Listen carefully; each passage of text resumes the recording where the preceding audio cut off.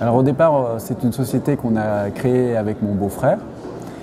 Et l'idée, c'était d'abord de se dire comment rendre massivement parallèle l'impression 3D. Parce que vous savez que l'impression 3D, c'est plutôt lent. En fait, on imprime les pièces les unes après les autres. Et ça résout bien des problèmes quand il s'agit de faire une pièce. Mais quand il s'agit d'en faire une trentaine, une vingtaine, voire une centaine, eh ben, ça met du temps. Et à l'image des processeurs que vous avez aujourd'hui dans vos ordinateurs, qui sont, autrefois vous aviez un processeur, maintenant vous en avez 8, et puis vous pouvez utiliser des puissances de calcul dans le cloud. On s'est dit on va faire la même chose avec l'impression 3D. Alors vous aurez accès non plus à votre imprimante 3D, mais à toutes les imprimantes du cloud pour pouvoir faire 10, 20, 30, 50 pièces. On va dire qu'on a 4 cas d'usage bien identifiés. Le premier cas d'usage, c'est le bureau d'études ou bien l'entreprise qui va concevoir pour elle-même et faire ses propres prototypes. Elle, aujourd'hui, de toute manière, elle achète des imprimantes 3D, elle en a besoin. Avec notre solution, elle va pouvoir mutualiser les moyens de production et amortir le coût d'acquisition de la machine, parce qu'on va les louer. On les loue maintenance comprise. Il y a très peu d'entreprises qui font ça, 299 € par mois, avec la possibilité de laisser des gens qui vont utiliser via notre plateforme leur machine pour leur rapporter de l'argent. Et ça, c'est le premier cas d'usage. Le deuxième cas d'usage, c'est celui, on va dire, du multiservice.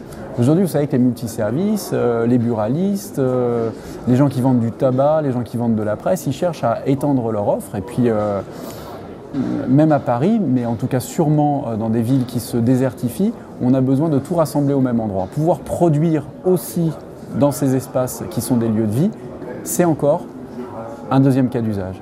Et puis on a le troisième cas d'usage, qui est ce qu'on appelle un peu le pure player. Sur Internet, vous avez des gens qui vendent des fichiers 3D, mais qui ne peuvent pas les monnayer parce que, au même titre que les MP3, au même titre que la musique, que la vidéo, ça se pirate. Avec notre système, c'est très simple. Le pure player n'a qu'à proposer l'impression 3D, la vendre, et puis automatiquement, une des machines de notre réseau va démarrer. Et puis vous avez le dernier cas, c'est le cas qui fait tout, et c'est le cas, on va dire, qui est le plus ambitieux, c'est celui du retailer. Aujourd'hui, le retailer, il est attaqué de toutes parts, il est attaqué par des enseignes qui sont très low cost, il va être attaqué par des enseignes comme, enfin, si on peut les appeler des enseignes comme Amazon, qui auront de toute manière plus de références qu'eux. Alors ils pensent cross-canal. Alors le cross-canal, c'est bien, sauf que si c'est pour mettre en œuvre encore de la supply chain, si c'est pour prendre des personnes, pour faire du suremballage en magasin, finalement, on rate un peu l'objectif. Non, proposer des fichiers imprimés en 3D sur son propre site, envoyer le client dans son magasin le récupérer, et finalement décupler son offre sans décupler ses stocks, voilà ce que vraiment propose notre plateforme. Aujourd'hui, on est installé à Grenoble. Tout le monde sait que Grenoble est un microcosme ou peut-être un macrocosme bien basé sur la high-tech. On est dans le Carré, qui est l'accélérateur de la SS2I de Maya Technologies. Et cet accélérateur nous permet d'avoir autour de nous pas mal de professionnels, de l'IoT, mais aussi de l'électronique et aussi de l'informatique. Alors on est avec une société qui a développé notre middleware qui s'appelle Sogilis. Donc Sogilis a développé toute la partie cloud pour nous. Et puis on a travaillé sur l'électronique avec la société notamment Maya Technologies. Et en interne, on fait tout ce qui est dessin finalement de la machine, mécatronique. Et puis tout ce qui est la partie la plus haute, on va dire tout ce qui est la web app. Tout à fait, puisque ce qu'on offre à nos clients, c'est un workflow. Donc à l'image de ce qui se fait un petit peu dans l'impression 2D, on donne non pas, on n'est pas vendeur d'impression 3D, on n'est pas, on va dire, un site d'impression 3D, on donne vraiment l'accès à l'impression 3D. C'est-à-dire que si votre machine est en panne, si vous n'avez pas de machine, vous avez toujours la possibilité de faire une impression. Et c'est la force du réseau, puisque les imprimantes sont accessibles depuis n'importe où, à n'importe quelle heure. Alors le processus n'est pas utilisable par tout le monde, et c'est pour ça qu'on a développé 2 axes.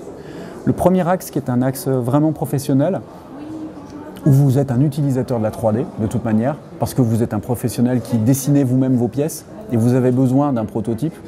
Donc vous avez besoin, on va dire, de paramètres très précis pour cette impression 3D. Et là, vous utilisez notre application et ensuite vous imprimez soit sur votre machine, soit sur la machine de quelqu'un d'autre. Et puis si vous êtes un particulier, le fichier il aura été au préalable conçu par quelqu'un et disposé sur un site. Sur notre site, on a des exemples, puisqu'on a travaillé avec des grands designers comme Marc Venot, José Lévy, Marianne Guedin, qui ont fait des projets pour notre start-up. Mais aussi, on travaille en collaboration avec d'autres sites internet qui sont en train d'essayer de mettre en place notre API de connexion pour pouvoir dire je vends sur mon site internet des objets déjà en 3D, il ne reste plus qu'à appuyer sur le bouton. La question que vous auriez pu me poser, c'est où vous voyez dans 3 ans ? Et effectivement, cette question-là, beaucoup de start-upers se la posent. Et nous, l'idée, c'est vraiment de pouvoir prolonger notre projet sur plusieurs technologies et ne pas se contenter d'une seule technologie et avoir un parc qui permette d'être multi-outils et multi-sites.